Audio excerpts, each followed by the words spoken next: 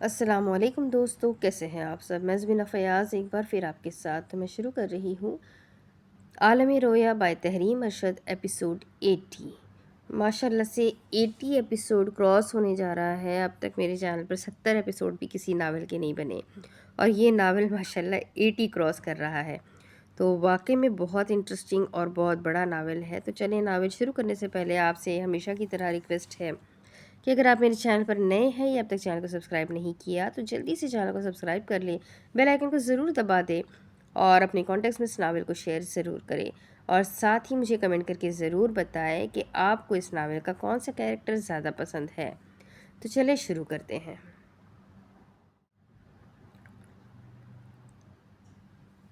شاز تیز رفتار میں گاڑی گھما کر لے کر جا رہا تھا۔ رجب نے کان پر موبائل لگایا تھا۔ عبدالرفیق وہ لوگ وہاں پہنچ رہے ہیں۔